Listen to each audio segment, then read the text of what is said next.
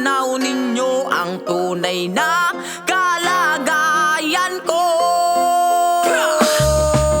Tao po, nandiyan po ba kayo sa loob ng malaking bahay at malawak na bakuran? Mataas na pader, pinapaligiran, natakapilang mga mamahaling sasakyan, mga bantay na laging bulong ng bulong. Wala namang kasal pero marami ang nakabarong. Lumakas ba ng ulan ay walang butas ang bubong, mga plato at kutsara na hindi kilala ang totoo. At ang kanin ay simputi ng gatas na nasa kahon, kahit na hindi Pasko sa lamesa ay may amon. Sarap sigurong manirahan sa bahay na ganyan. Sabi pa nila ay dito mo rin matatagpuan ang tao na nagmamayari ng isang upuan. At pag may pagkakataon pinag-aagawan, kaya naman di niya pinakakawalan. Kung makikita ko lamang siya ay aking sisigawan. Oh, na nakaupo, subukan nyo namang tumayo,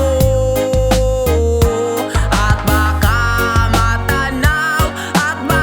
matanaw ninyo ang tunay na kalagayan ko.